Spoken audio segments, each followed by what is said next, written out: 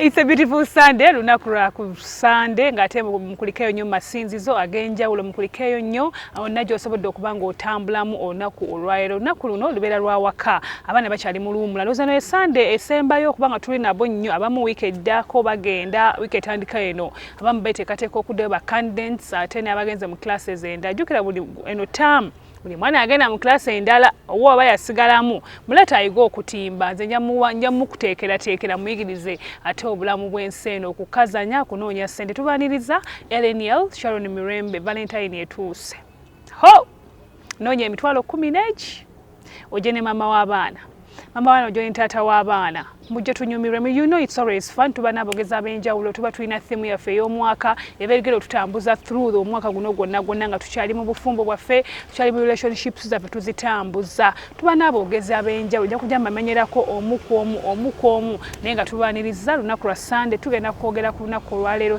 theme yaffe ey'omwaka guno ku Valentine egamba love a lifetime sacrifice yagala okusalawo okw'olubeerera wema nkivunudde mu bulungi n'omugenyi mu nnyumba beautiful alabika bulungi mufumbo mugambye anjagaza obufumbo wesifumbirwa mwaka guno ogujja tegumpona posi nawe nabagamba bwentyo kati katulabe guno ogujja inshallah kati saba tubuzeeko ate tutandike programu yaffe eyo olunaku olwaleero nsanyusa okukulaba kale mukwano singa buli mukazi mufumbo abeera anyiriranga gwe senga twafumbirwa dda gye bali abanyirira mwe mutabalaba naye bannakiyombekedde be banyiri totulaba etunyunyirira naffe tuli bulala naye nkwebaza olw'okunkyaza ku TV yaffe era abalabi baffe mwenna mbabuuzaako nga nze ababuuza nze Namuddu Ruth Mawejje lye ly'omwami bujja kwagamba nze Sharon Mirembe liriwa lyembanteekawo okay mukyala Mawejje tusanyusa okulaba you look beautiful. Thank you. I love it tulaba abakyala abafumbo nga mmwe nga mulabika bulungi. A theme yaffe y'omwaka guno egamba love a lifetime sacrifice and I pray olunaku olwobeerewo oyogereko eri ffe abali mu bulamu bwe tulowooza ntuli bulungi kumbe tuli bulungi obasinga nedda tetubasinga temutusinga wadde tetuba na stress osulaweka mu buliri ate nze stress njijjawa batugamba munno mubeera muyomba golwaki okomyewo leeti golwaki nedda tetuyomba wadde n'akamu olimba. You mean obufumbo bulungi to that extent? Obufumbo bulungi nnyo ekibufuula obulungi ate obw'enjawulo gwe tolowooza nti mubeera muyomba si kituufu mba nfunye nze owookubiri ono abeera ggwe. Yes. Buli omu alina nze owookubiri. Yes. Tubajjeewa kubanga ensi eno ebitutwalaganya bingi so waliwo byoba nga tosobola kwekuumiramu gwe wekka nga bigenda kutuulamu gwe tuyita soulmate. So mba nfunye munnange agenda okugabanako ku nnaku ku ssanyu ankendeerezeeko ku buzito obwo. Yes. Wow. Obufumbo bw'ofunye igwe you've gotten your soulmate. Yijogera yaffe eno oba ofunye gwe omuntu owookubiri. Abantu bano abatuufu omuntu asobola kutegeera nti ono omusajja ye mutuufu omukazi ye mutuufu.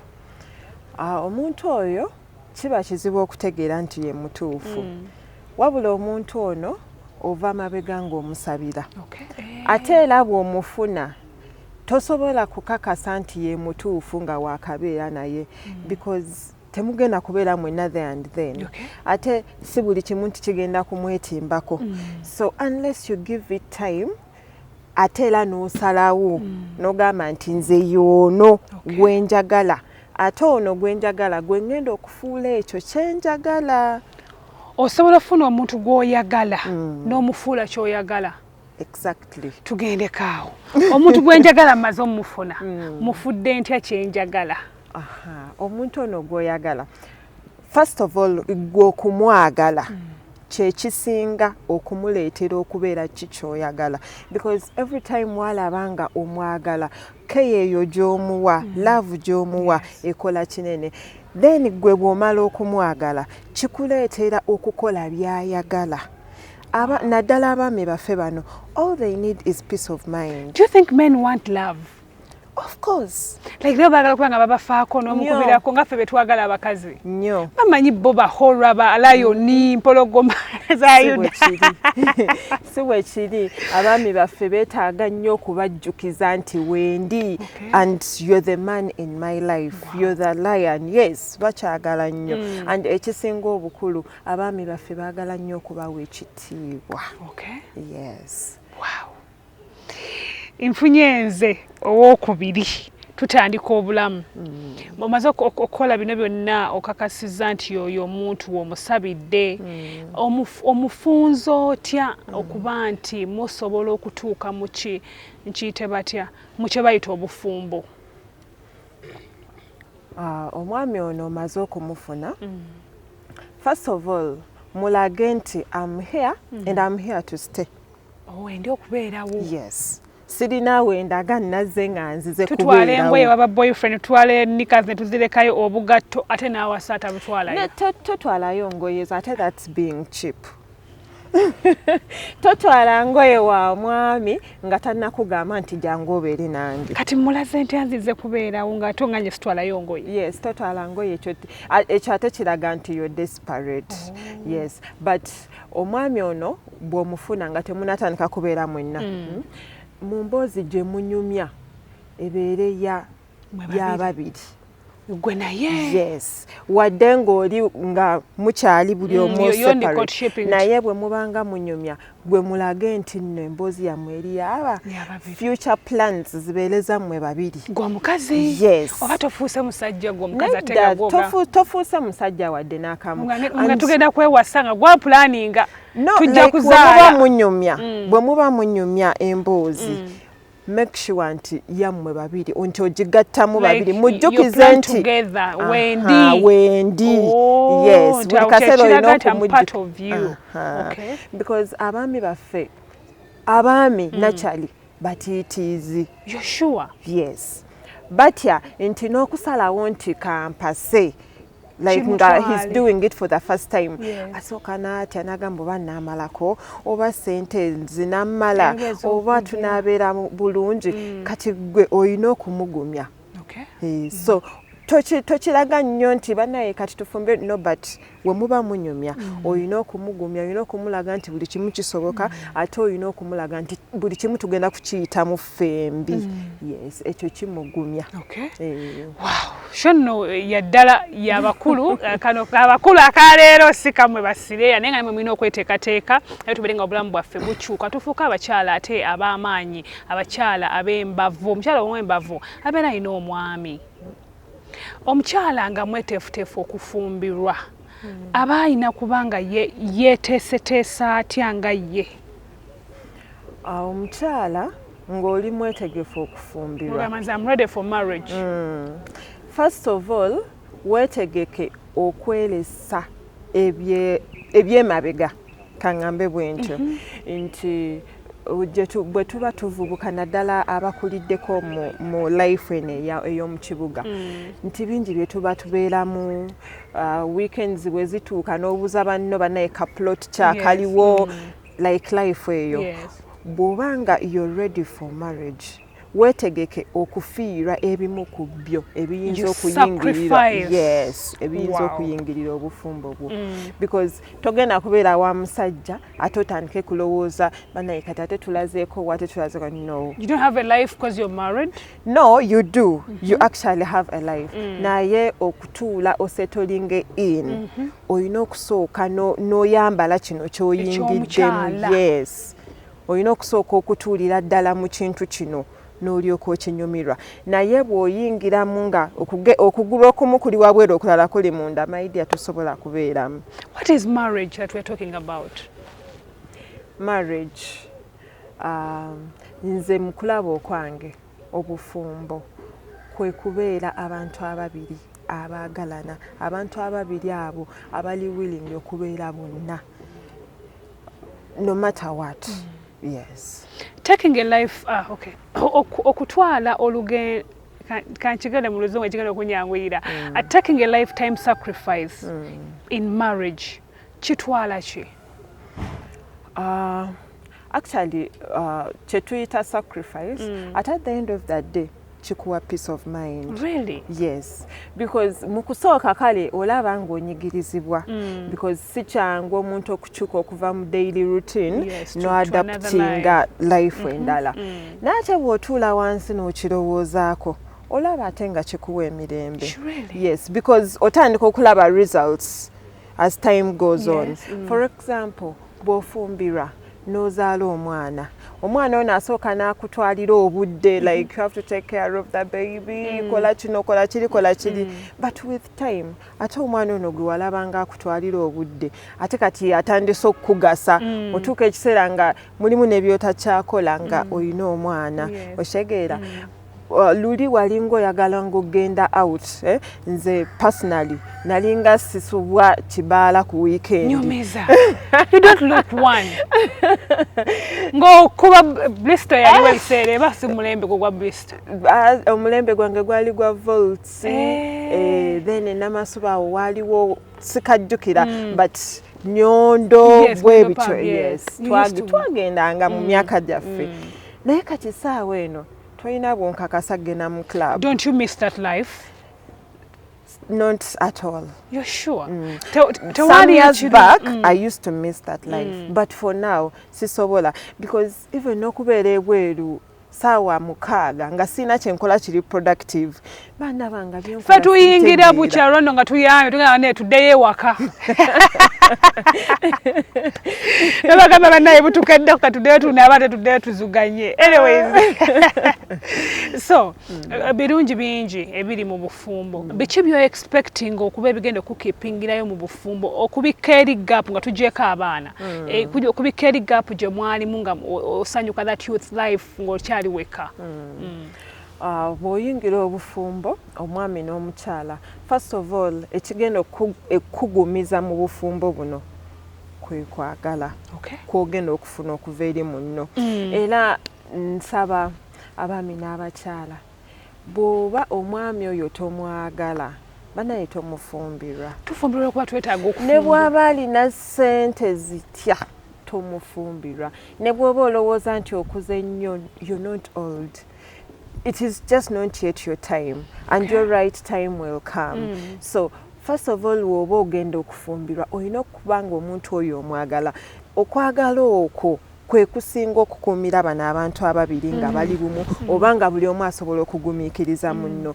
You can imagine nga bw'ova ku mulimu olina omuntu gw'ogenda okutuula ewaka omunyumize okuva ku makya bwe lwatambudde paka kawungeezi and he's ready to listen. Mubiina ebyo? Yes. N'omusanga atudde mudira akulinze munyumize. Era oba nakusanga obuseera bwe tugamba na tugambe nti luli we natambulako mu taxi nawulira emboozi bweti luli we nagenda we wati tuba tugisharinga like buli wenkomawo olina okumunyumizako banaye nalabye kano so kati nteberezaamu ng'ova gy'ovudde n'otuuka mu nnyumba n'otulawo nenyumiza baganda bange ba Brenda gye bali nga Brenda gwe nsanze gayi nga kizibu muganda okuwa obudde buli lunaku omunyumize gwe ebibyo kizibu because bwe tuba abooluganda tuba buli omu talina nnyo budde bwa ebirubirwa bye byanjawulo alina essimu alina okyatinga ne boyfriend we. So kiba omuntu yekka asobola okuwa that extra time n'akuwa obudde bwe bwonna ye mwagalwawo. So ekyo kyekisooka. Ekyokubiri this is when the baby comes in. Omwana oyo buli wajja bannange akwerabiza ne wowe badde oyo namu akagambo batunaabeera oba tetubeere omwana ono buli wajja ate akola kinene nnyo. Let's talk about having a child in a man or in the woman. Does that mean he's your husband? Because we have seen so many women getting pregnant ate nga bazadde buzazi baana babeera mu bulamu bwa njawulo nnyo. No, it doesn't mean actually it doesn't make him your husband just because he's the father of your baby. Era omwana ono asaana n'abasanga ng'already muli husband and wife. You've done what it takes. Obufumbo obutandikibwa mwami na mukyala so si mwana oshegeera era obwofuna olubuto n'okizuula nti omusajja maybe yali akulimba bulimbi oba tokikaka tokikaka omwana si yakola obufumbo. Do you advise abakyala oba abawala abali eyo obuteesiba ku basajja be bazaddemu baana kubanga babazaddemu abaana osanga abakyala gamba nze ntudde mu maka lw'abaana do you advise that olina atula mu bufumbo kubanga yazaalamu abaana? I don't kubanga ogenda kubeera mu bufumbo nga you're not actually sacrificing your life or your happiness. They said they sacrifice for their children. No. Sadaka nchukala abaana bange omwana wange tannabakula monde wavaamu nga ngenda. Nedda si kituufu ate embeera eyo sirowooza nti eyina nnyo ekyamanyi kyesobola obbayamba lwa nsonga mmwe ababiri mwe muteeseza abaana bano. Bwe muba nga muli mu good terms gwe n'omwami abaana bano bafunamu nnyo lwa nsonga mutuula ne muteesa kati tukole kino abaana tubakolere kibi naye bw'obanga gwe ate oliwo ku lw'abaana kitegeeza gwe ogenda kukola nnyo ng'omukazi obeeko kyowa abaana n'omusajja agenda kumala gakola byasanze okuwa abaana because mmwe ababiri temutudde kuteeseza abaana bano. So ekyo si kituufu wadde tukyakuweereza. What takes a woman to become a wife? From a woman to a wife, kikutwalira ki? From a woman to a wife, first of all, determination. Yes. Because being a woman is something else and being a wife is another. Okubeera omukyala oba otambulira mu bifaananyi bibiri ekikyo n'ekyomwami wo. Webanga oli wife ye mukyala. Yes, woba oli wife. Oba olina n'amannya abiri ng'agago. Because kati nze buli kyenkola nina okumanya nti it affects me and my husband. So olina okubeera omumalirivu nti now I am ready to be a wife. Era n'okola ekyo ekijja mu mukyala. Bw'obeera omukazi because byawukana a woman ye mukazi bw'obeera omukazi you're free to do everything you want but bw'obeera omukyala olina okufa ennyo ku kitiibwa ky'ono omuntu omulala ky'otambulira. Because I see people comparing a woman and a wife okuba omukyala n'okuba omukazi. We are all women.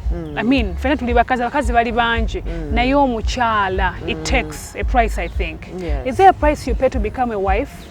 Of course. What is that price? This year nagadde nyina okufumbira utaba guno okujja tegundeka. Like okubeera omukyala obudde bwo obwowaayo ng'olabirira omwami ono omwami nno alinga mwana. Let's first talk about the turning from a woman to a wife. Okukyuka wano process eyo etumenya nnyo because you want to be this single woman, you're enjoying your life and everything, you're going to go into a wife. Olekenga bibyo tugamba ebyempa ebyokuba amabaala, going out all the time. Apart from that, ebyomwoyo, changing yourself spiritually into a wife, what does that take? Changing yourself from a woman to a wife. Spiritually ngogamba kati ngenda kubeera mukyala wa Nuwa kabayambaya ngenze nga oddawo n'oyogera n'omuntu ow'omunda because I think he doesn't just wake up kati kangene enfumbirwe oba wekibeera. You don't just wake up one day. Osooka first of all osooka n'okisabira n'osaba obeera omukyala oyo kubanga si kyangu. Ngalo njaga kubeera ng'oyo omukyala ali mu Bible. Bamitani oyo mukyala aliwa simanyi njagala oyo yafumbe yani waliwo Bible abakyala beeyogera ku omusirusiru amenya ennyumba ya bbaawe n'engalo ze omugezigezi agizimba mulimu abakyala boogerako abalungi tenjagala okubeera abakyala bangi abalungi kati tulinamu ne Ruth nze kankuweeyo omu tulinayo ne Ruth eyafumba omwami we n'afa still n'asigala ne Nazaala we ng'akyakola obuvunaanyizibwa bwe ng'omukyala ng'ate bbaawe afudde. Yes, n'asigala ne Nazaala we paka we yafuna ate omwami omulala. Saagala kubeera ne Nazaala we anti bali ba mu Bible abeddala abaawano nyabo beera naye wiiki emu n'omugamba ddayo otulabyeko akwetaaga nno omukwano. Yes, akwetaagira ddala ate nze mba mwana we yafudde. Oba ofuuse mwana we. Obufumbo nga kwetikka mugugu munene. Si mugugu kufuna abantu balala abakwagala because obadde olina maama omu kati ofunye bamaama babiri gwe tolaba nga oba weeyongeddeko bamulamu bonna bali kunze bonna nga bakwagala katutandikirawo nga tukomyewo naye ebyenyuma.